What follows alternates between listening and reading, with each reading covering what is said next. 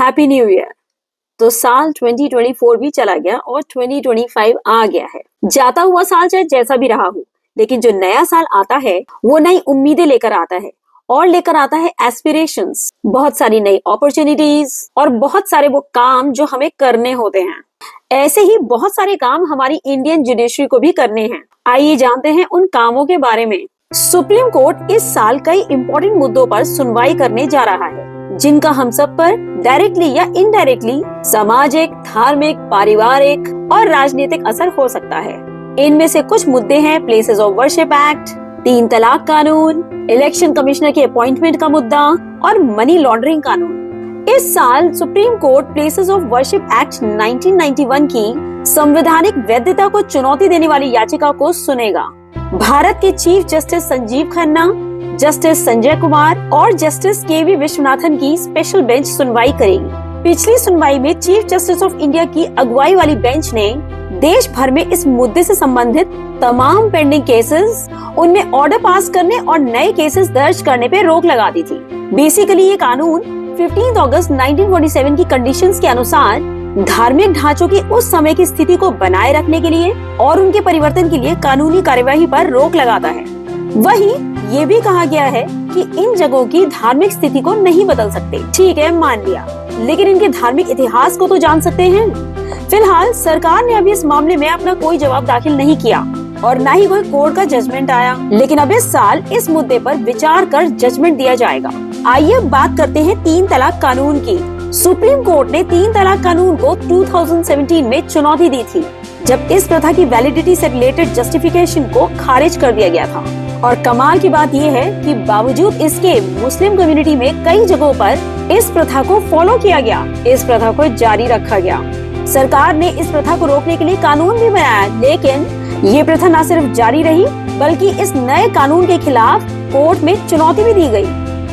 Court में केंद्र ने कहा था कि सुप्रीम कोर्ट ने 3 तलाक को अनकॉन्स्टिट्यूशनल यानी कि गैर संवैधानिक करार दिया था।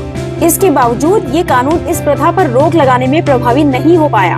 तो अब इस साल कोर्ट इस मुद्दे पर भी सुनवाई करके अपना फैसला सुनाने वाला है। अब बारी आती है दिल्ली सर्विसेज एक्ट के मामले की। इस एक्ट को government of national capital territory of Delhi amendment act 2023 भी कहा जाता है। ये एक बिल है जो सेंट्रल गवर्नमेंट के सर्विसेज पर कंट्रोल को और बढ़ाता है और पावर देता है दिल्ली के लेफ्टिनेंट गवर्नर को दिल्ली की इलेक्टेड गवर्नमेंट पर। तो इस कानून को दिल्ली गवर्नमेंट ने चुनौती दी थी, एक याचिका दायर की थी, जिसको सुप्रीम कोर्ट ने 19 मई 2024 को 5 जजों की संवैधानिक बेंच को रेफर कर दिया था। तो अब इस साल सुप्रीम कोर्ट इस मुद्दे पर भी अपना जजमेंट देगा।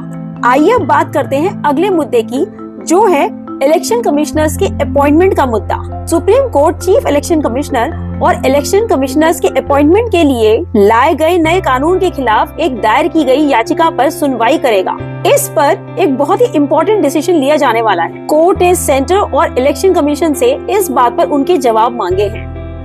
अगला मुद्दा है prevention of sexual harassment at work place act यानी कि पॉश एक्ट से जुड़ा मुद्दा। इस एक्ट के पूरे देश में इम्प्लीमेंटेशन से जुड़ा मुद्दा।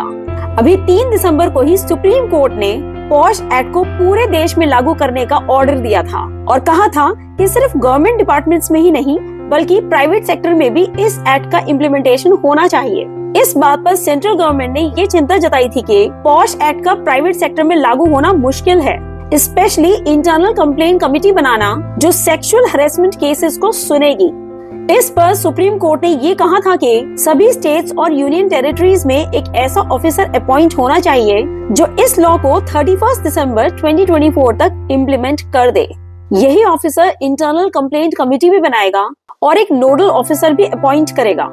साथ ही साथ सुप्रीम कोर्ट ने डिस्ट्रिक्ट मजिस्ट्रेट्स को भी कहा है कि वो भी सर्वे करें और ये पता लगाएं कि पॉश एक्ट के सेक्शन 26 के तहत हर जगह इंटरनल कंप्लेंट कमेटी बन गई है या नहीं। पॉश एक्ट का सेक्शन 26 ये कहता है कि जो भी एम्प्लॉयर्स इस एक्ट का पालन करने में विफल रहते हैं तो उन पर 50,000 रुपए तक का जुर्माना लगाया जा सकता है। अगर ये एम्प्लॉयर्स पिछली सजा को पाने के बाद भी फिर से इस अपराध के लिए दोषी पाए जाते हैं तो उन्हें दुगनी सजा का सामना करना पड़ सकता है और सरकार और लोकल अथॉरिटी उस एम्प्लॉयर का लाइसेंस या फिर रजिस्ट्रेशन रद्द भी कर सकती है। इस काम के लिए कोर्ट ने 31 मार्च 2025 तक का टाइम दिया है।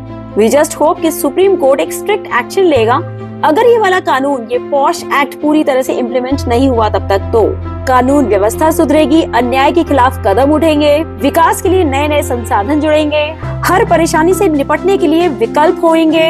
इसी उम्मीद के साथ आइए इस नए साल की शुरुआत करते हैं। बने रहिए मेरे चैनल पे नॉलेज विद चैट्स।